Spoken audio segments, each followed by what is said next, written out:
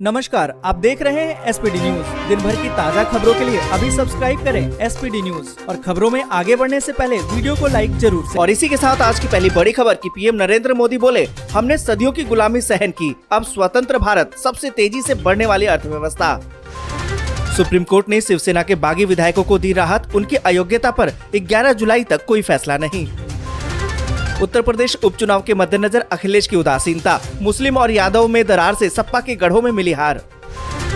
उद्धव सरकार से समर्थन वापसी की घोषणा कर सकता है शिंदे कैंप, गवर्नर से मिलने की तैयारी।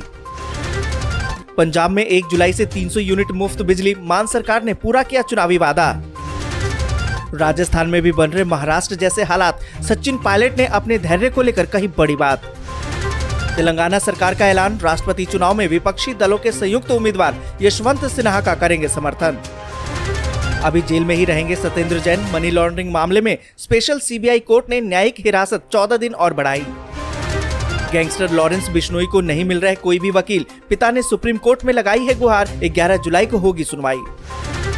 देश में फिर से बेलगाम हो रहा है कोरोना, बीते 24 घंटे में आए हैं 17,073 नए मामले। शहाबुद्दीन की पत्नी हिना शबाब छोड़ेंगे आरजेडी का साथ, किया उन्होंने बड़ा ऐलान।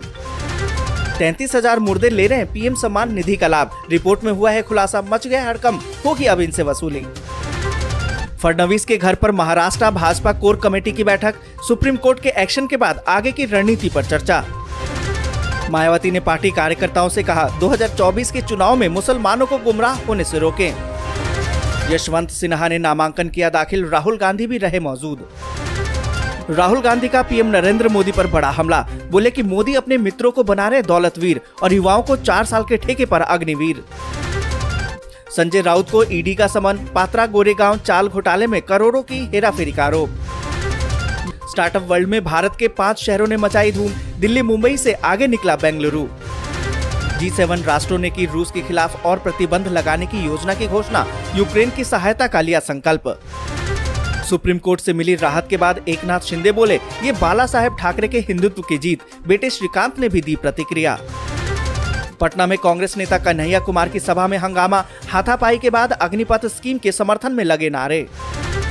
असम में बाढ़ की स्थिति में हो रहे सुधार, 28 जिलों के 22 लाख से ज्यादा लोग हैं प्रभावित। मुझे मालूम है निर्देश कहां से आता है, ईडी के नोटिस पर बोले संजय राउत। जो भागकर जाते हैं वे कभी जीतते नहीं, बागी विधायकों पर बोले आदित्य ठाकरे। और इसी के साथ आज बड़ी खबर की पीएम नरेंद्र मोदी बोले, हमने सदियों की गुलामी सहन की, अब स्वतंत्र भारत सबसे तेजी से बढ़ने वाली अर्थव्यवस्था। आपको बता दें कि प्रधानमंत्री नरेंद्र मोदी ने G7 में बेहतर भविष्य में निवेश, जलवायु, ऊर्जा, स्वास्थ्य, इन सभी विषयों पर अपने संबोधन के दौरान कहा कि एक भ्रांति है कि गरीब देश पर्यावरण को अधिक नुकसान पहुंचाते हैं, लेकिन भारत का 1000 से अधिक वर्षों का इतिहास इस दृष्टिकोण का पूरी तरह से खंडन करता है। उन्होंने कहा कि हमने सदियों की गुलामी भी सहन की है, अब स्वतंत्र भारत दुनिया की सबसे तेजी से बढ़ने वाली अर्थव्यवस्था है। और इसी के साथ अगली बड़ी खबर की सुप्रीम कोर्ट ने शिवसेना के बागी विधायकों को दी राहत, उनकी अयोग्यता पर 11 जुलाई तक कोई फैसला नहीं। आपको बता दें कि शिवसेना के बागी विधायकों को राहत देते हुए सुप्रीम कोर्ट ने सोमवार को महाराष्ट्र विधानसभा के उपाध्यक्ष के समक्ष अयोग्यता की कार्यवाही को 11 जुलाई तक के लिए टाल दिया है और बागी विधायकों द्वारा उनकी अयोग्यता की मांग वाले नोटिस की जो वैधता है उस पर सवाल उठाने वाली याचिकाओं पर प्रतिक्रिया मांगी है। आपको बता दें कि शीर्ष अदालत ने हालांकि महाराष्ट्र सरकार की याचिका पर कोई भी अंतरिम आदेश पारित करने से इनकार कर दिया कि विधानसभा में कोई फ्लोर टेस्ट होना चाहिए या नहीं, कहा कि वे अवैधता के मामले में हमेशा संपर्क कर सकते हैं। और इसी के साथ अगली बड़ी खबर की पंजाब में 1 जुलाई से 300 यूनिट बिजली मुफ्त, मान सरकार ने पूरा किया चुनावी वादा। आपको बता दें कि पंजाब की भगवंत मान सरकार ने अपने पहले बजट में 300 यूनिट फ्री बिजली का वादा पूरा कर दिया है।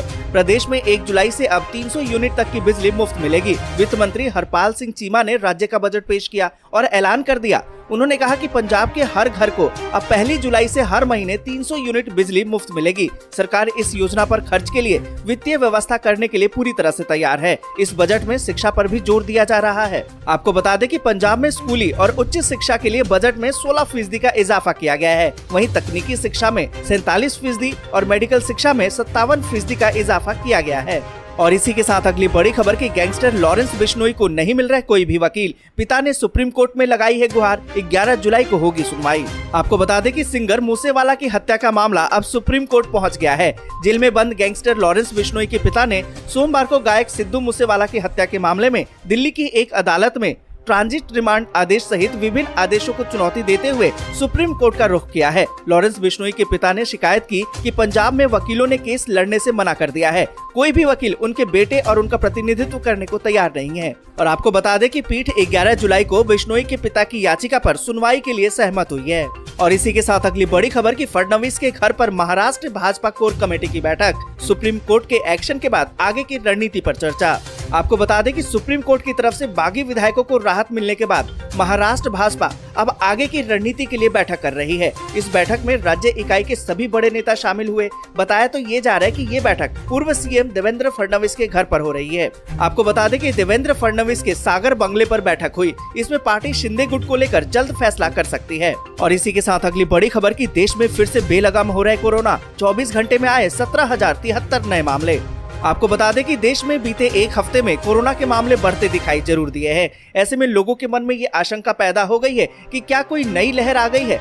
हालांकि एक्सपर्ट का कहना है कि अभी ये कहना जल्दबाजी होगी। लोग सतर्क रहें, कोविड प्रोटोकॉल का पालन जरूर से करें। भारत में बीते 24 घंटे में कोविड-19 के 17,073 नए मामले सामने आए हैं और उपचाराधीन मरीजों की संख्या अब बढ़कर 94,420 पर पहुंच गई है। केंद्रीय स्वास्थ्य मंत्रालय की तरफ से आज सुबह ही इसकी जानकारी दी गई है। भारत में संक्रमण से 21 और लोगों की मौत हो गई है। और इसी के साथ अगली बड़ी खबर कि रूस और यूक्रेन के बीच में जंग अभी भी जारी। सूरत में बेरोजगार हो गए 25,000 हीरा कारीगर। आपको बता दें कि रूस और यूक्रेन के बीच में फरवरी महीने में जारी युद्ध की आंच अब भारत तक भी पहुंचने लगी है। खबरों की माने तो इस लड़ाई का असर भारतीय शहर सूरत के हीरा कारोबार पर भी पड़ा है। खबरों के मुताबिक रूस और यूक्रेन के बीच में जंग के कारण रफ डायमंड का आयात घट गया है। इस कारण बाजार में हीरा कारोबारी में भी मंदी छाई हुई है और इस मंदी की चपेट में आकर लगभग 25,000 हीरा कारीगर बेरोजगार हो गए हैं। आपको बता दें कि देश में 65% रफ डायमंड का आयात रूस से किया जाता है और यहाँ हीरा कारोबार 100% आयात पर ही निर्भर है। रूस और यूक्रेन के बीच में जंग शुरू होने के बाद अब घरेलू बाजार में भी हीरों की किल्लत हो गई है। देश में रफ डायमंड की आवक 29% तक कम हो गई है। हीरा इंपोर्ट घटने का सीधा असर कारोबार पर पड़ा है और इसकी चपेट में आकर गुजरात के 25,000 कारीगर बेरोजगार हो गए हैं। और इसी के साथ अगली बड़ी खबर की आर्थिक संकट से जूझ रहे श्रीलंका ने बनाया है रिकॉर्ड। 5 महीने में निर्यात $5 अरब के पार। आपको बता दें कि अस्तित्व बचाने के संकट से जूझ रहे भारत के पड़ोसी देश श्रीलंका से एक बेहतरीन खबर अब सामने आई है।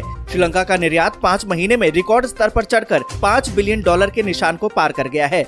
श्रीलंका के मर्चेंडाइज एक्सपोर्ट में मई में साल दर साल आधार पर करीबन 10% वृद्धि हुई है और ये $98 करोड़ को पार कर गया है। आपको बता दें कि श्रीलंका के कस्टम विभाग के आंकड़ों के मुताबिक मई 2022 में निर्यात से कमाई करने वाली बड़े हिस्सेदारी मसाले, चाय, रबड़ आधारित प्रोडक्ट, अपैरल और टेक्सटाइल, कोकोनट आधारित प्रोडक्ट, इलेक्ट्रॉनिक्स और इलेक्ट्रिकल प्रोडक्ट्स, फूड और बेवरेज के साथ सी फूड आदि रही है। और इसी के साथ अगली बड़ी खबर की पाकिस्तान का ऊर्जा संकट और भी गहराया। सरकार बना रही है बिजली दरों में वृद्धि की योजना। आपको बता दें कि रूस और यूक्रेन में युद्ध के बाद से प्रभावों के कारण अब पाकिस्तान का ऊर्जा संकट और खराब होने वाला है। ये संकट तब आया है जब वैश्विक ऊर्जा कीमतों में वृद्धि के कारण पाकिस्तान की बिजली ईंधन लागत को 100% से अधिक बढ़ा दिया गया है। पिछले हफ्ते राज्य के स्वामित्व वाली LNG लिमिटेड ने जुलाई शिपमेंट के लिए LNG के 4 कार्गो के लिए एक निविदा के खिलाफ प्राप्त एक महंगे प्रस्ताव को रद्द कर दिया। पाकिस्तान के अखबार डॉन ने कहा है कि पाकिस्तान का ऊर्जा संकट अगले कई हफ्तों में और खराब होने वाला है, क्योंकि वो एक किफायती दर पर LNG की खरीद के लिए संघर्ष कर रहा है। और इसी के साथ अगली बड़ी खबर की G7 राष्ट्रों ने की रूस के खिलाफ और प्रतिबंध लगाने की योजना। यूक्रेन की सहायता का लिया संकल्प। आपको बता दें कि G7 शिखर सम्मेलन के दूसरे दिन सभी नेताओं ने यूक्रेन और रूस के युद्ध पर बातचीत की। इसके साथ ही सम्मेलन में सभी नेताओं ने संयुक्त रूप से बेलारूस को रूसी परमाणु मिसाइल ट्रांसफर करने को गंभीर चिंता बताया। वहीं इटली के प्रधानमंत्री ने सोमवार को कहा कि G7 देश यूक्रेन के साथ एकजुट है, क्योंकि रूस के खिलाफ युद्ध में हार सभी लोकतंत्रों के लिए। बस यहीं तक। वीडियो आपको अच्छी लगी हो तो लाइक और शेयर जरूर कर दें। अगर अभी तक आपने चैनल को सब्सक्राइब नहीं किया है तो सब्सक्राइब